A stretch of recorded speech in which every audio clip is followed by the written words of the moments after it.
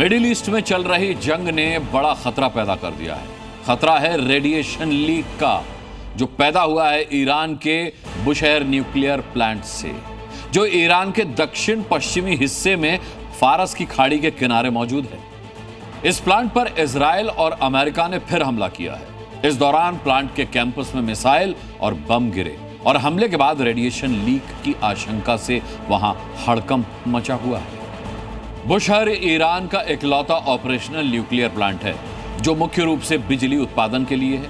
इसी प्लांट को इजराइल और अमेरिका ने निशाना बनाया है। एक बार फिर ईरान की न्यूक्लियर फैसिलिटी को अमेरिका और इजराइल ने निशाना बनाया है। बुशहर न्यूक्लियर पावर प्लांट पर हमला हुआ है।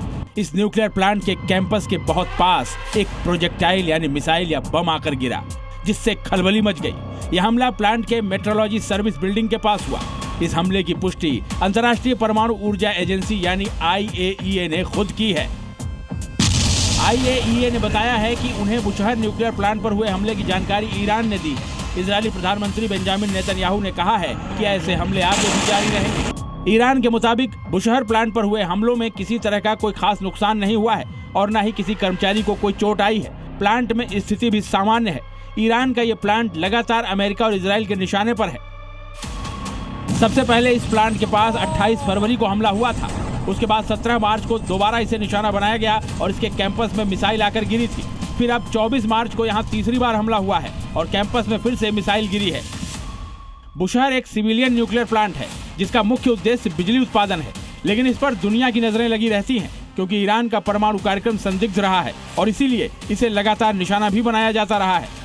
ईरान के न्यूक्लियर प्लांट पर हुए हमलों में भले ही अभी कोई बड़ा नुकसान नहीं हुआ है और न ही अभी तक रेडिएशन लीक जैसी कोई खबर है, लेकिन इन हमलों ने मिडिल ईस्ट के देशों में ही नहीं बल्कि UN तक के माथे पर शिकन की लकीरें खींच दी हैं। रेडिएशन लीक का खतरा अब दुनिया को डरा रहा है।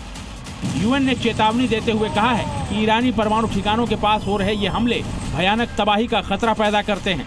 हालात बेकाबू होकर भयानक तबाही का रूप ले सकते हैं। वहीं कुवैत ने तो इन हमलों के बाद अपने नागरिकों के लिए परमाणु सुरक्षा संबंधी दिशा निर्देश तक जारी कर दिए हैं।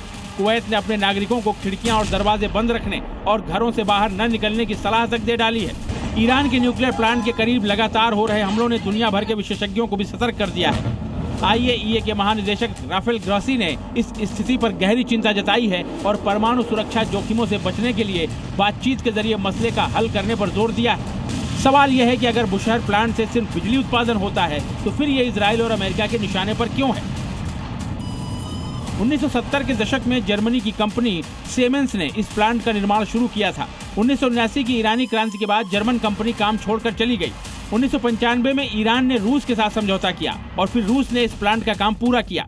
फिलहाल रूस के टेक्नीशियन प्लांट को चलाते और इसे मेंटेन करते हैं। प्लांट का ईंधन रूस से ही आता है और इस्तेमाल हो चुका ईंधन रूस वापस जाता है। प्लांट में रूस के विशेषज्ञों की मौजूदगी ही इसे संवेदनशील बनाती है और इसीलिए ईरान का ये न्यूक्लियर पावर प्लांट इजराइल और अमेरिका की आंखों में हमेशा चुभता रहा है।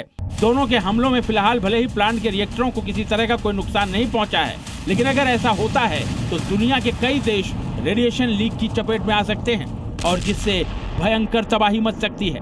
ब्यूरो रिपोर्ट, जी मीडिया।